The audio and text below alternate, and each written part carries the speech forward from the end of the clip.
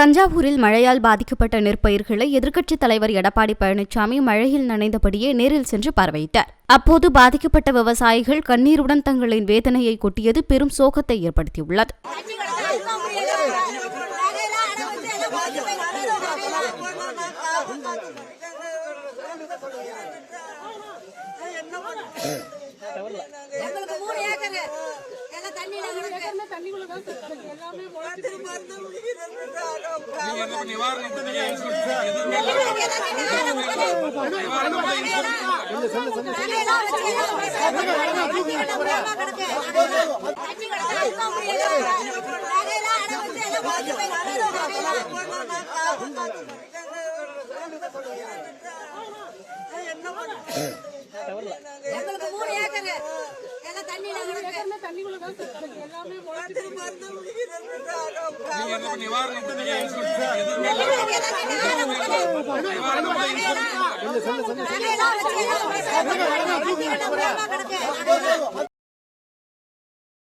செய்திகளை உள்ளது உள்ளபடி தெரிந்து கொள்ள ரெஃப்ளெக்ட் நியூஸை சப்ஸ்கிரைப் பண்ணுங்க.